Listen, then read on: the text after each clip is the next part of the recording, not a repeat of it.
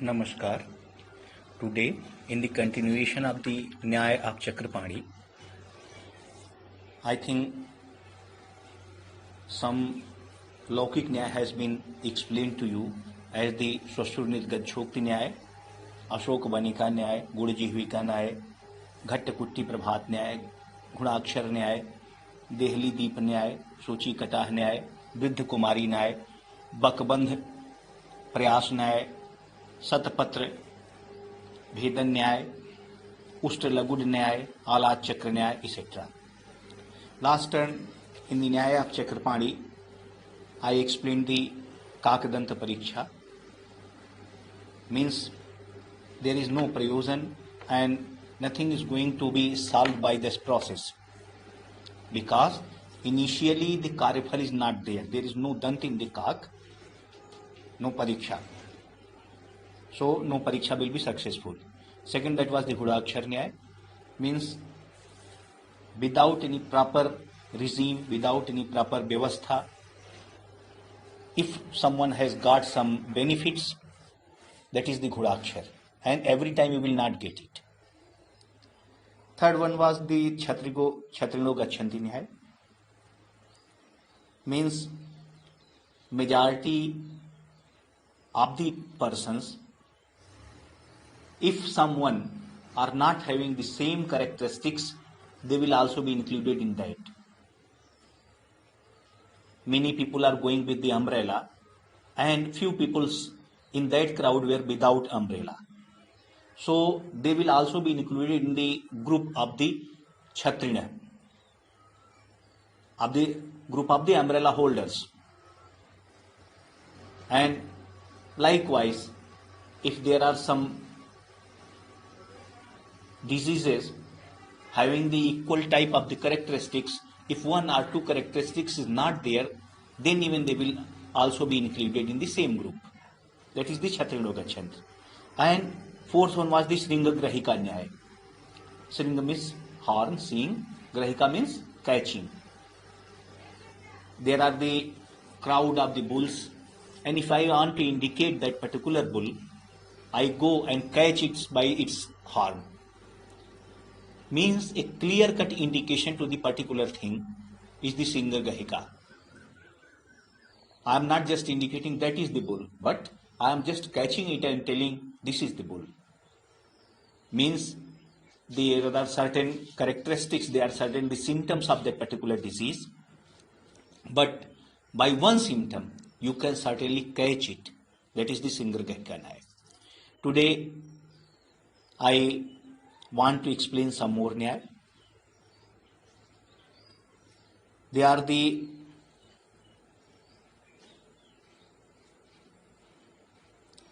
Utsarg Apavad Nyaya. What is the Utsarg and what is the Apavad?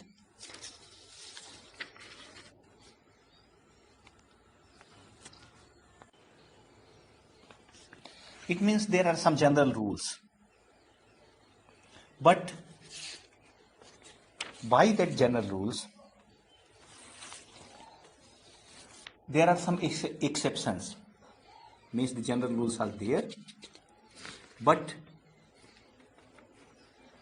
some rules are there which is not in general. That is called the Utsarg Apavad. As in all the Kaphas diseases, Swedan is indicated. But what is Apavad? If Kaphas Timir is there, Swedan is not desirable, Swedan is not advised. And that's it is called the Utsarg Apavad Nyaya. Likewise, the Santan Nyaya. Reference is the Chatak Sur 30, 27th, Arthedas Mahamuli.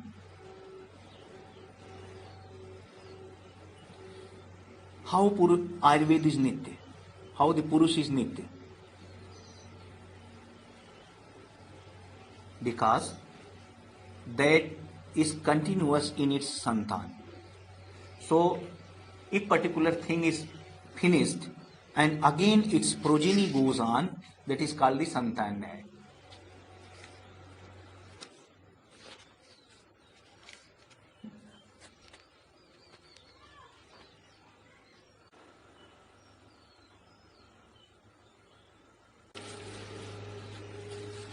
The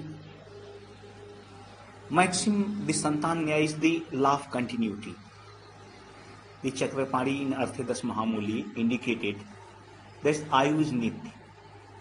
And because the Santan, it is the Nitya. I continue in the word of indicating the continuity of the life. Swabhava Sansiddhi. Natural qualities of a Drabya is also continuous as it cannot be separated from the Drabya. There is some properties in Drabya. किसी द्रव्य में कोई गुण है, वह गुण हमको लगातार प्राप्त होता रहता है. यद्यपि वह द्रव्य बीच में नष्ट हो जाता है, परंतु उस द्रव्य की संतति के कारण उसके गुणों की भी संतति चलती है. इसीलिए इसको संतान कहा गया. चरक संहिता में लिखा है आयु संतानम बुद्धि संतानम वा. आयु संतान means a physical continuum. Everyone is the child of his mother and father, and his progeny is his santan. So the continuity of ayu is there. इसी तरह बुद्धि संतानम. I am the buddhi santan of my guru. I am teaching you. You are my buddhi santan. So this progeny is going on. That is called the santan nyaya. Second, bhuyas alpam avajiyati. That is also from the Sutra 30. If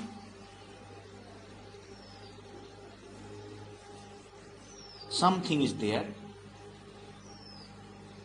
and that is in majority, that wins the recessive things, means the recessive things are always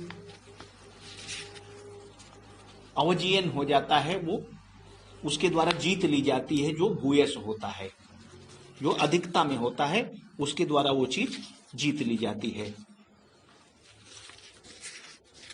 इसके बाद अर्ध शौच न्याय.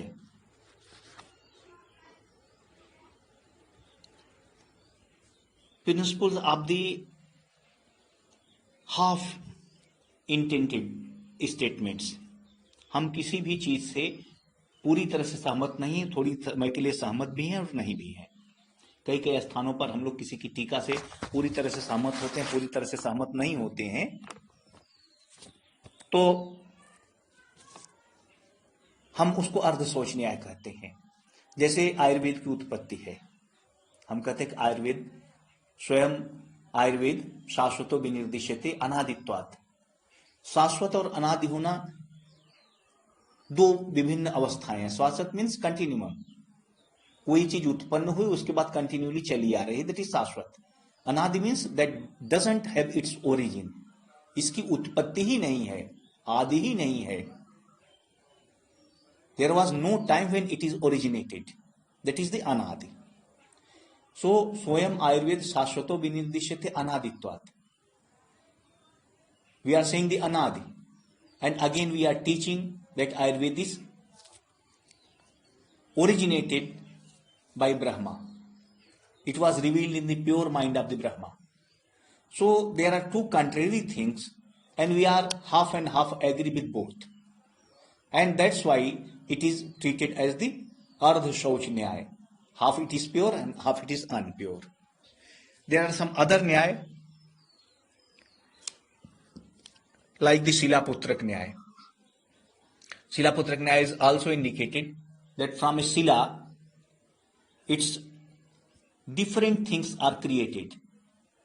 This is in Srishti Utpatti Siddhant. Chakrapani had explained as Silaputrak Nyaya. But my explanation is that if that is a Sila and whatsoever made by it, it will pertain the quality of that particular Sila.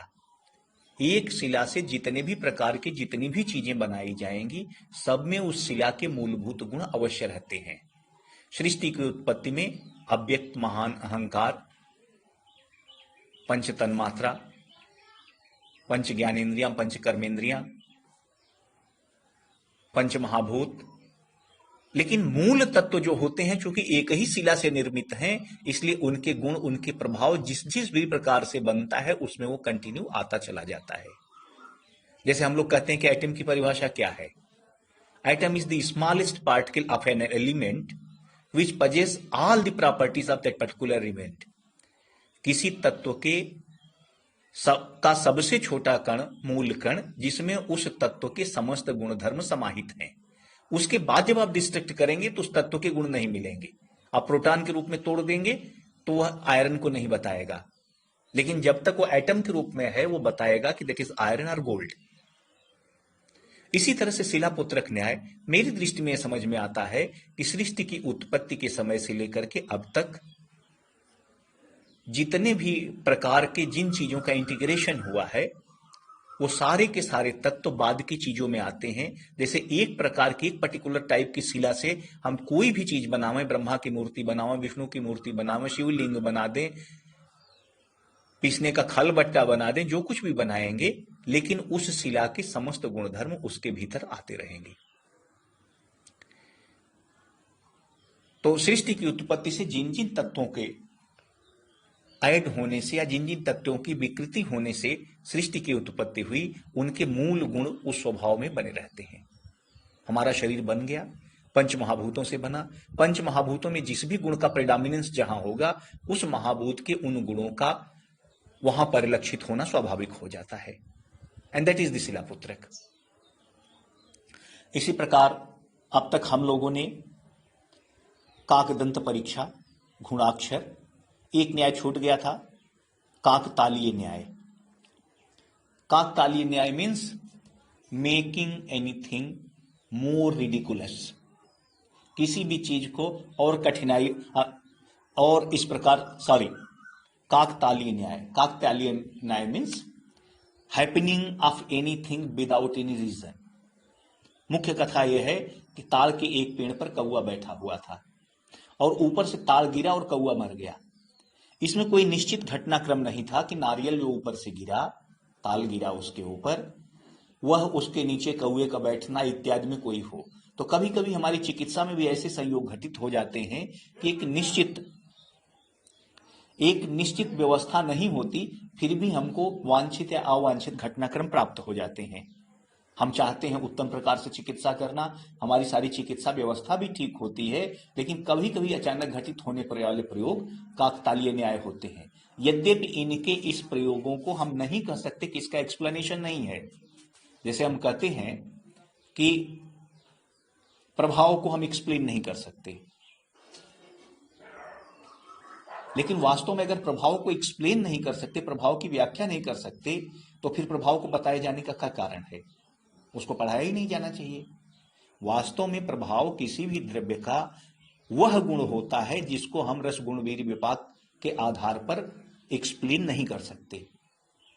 प्रभाव अचिंत्य है, फिर हमारे वो पढ़ाई का विषय नहीं है, क्योंकि अचिंत्य चीजों की हम चिंता नहीं करते हैं। प्रभाव से तात्पर्य है कि जिन जिन भौतिक आधारों के आधार पर हम उस चीज की व्याख्या करते हैं वह चिंत्य नहीं है। ऐसे ही चिकित्सा में हम कुछ प्रयोग करते रहते हैं, कभी कुछ अच्छी कुछ बुरी चीजें हो जाती हैं। मॉडर्न साइंस में भी डेल्स रिवर्सल फेनोमेना या चीज रिएक्शन वगैरह इसी प्रकार के प्रभाव देखे गए, जिनकी बाद में व्याख्या की गई कि ये चीजें ऐसी हो जाती हैं। वास्तव में उस स्तर तक वह घटनाक्रम अचानक ही हो गया। ऐसे ही किसी चीज के हो जाने को काकतालीय न्याय कहते हैं। काक बैठा ताड़ के पेड़ के ऊपर, अचानक ऊपर से ताड़ का एक फल गिरा और कौवा मर गया। चौथा जो मैं एक और न्याय बचा हुआ था जो मैं आपसे कहना चाह रहा था कि इसमें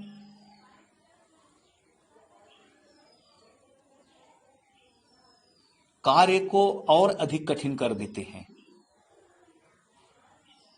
ये बकबंध न्याय है।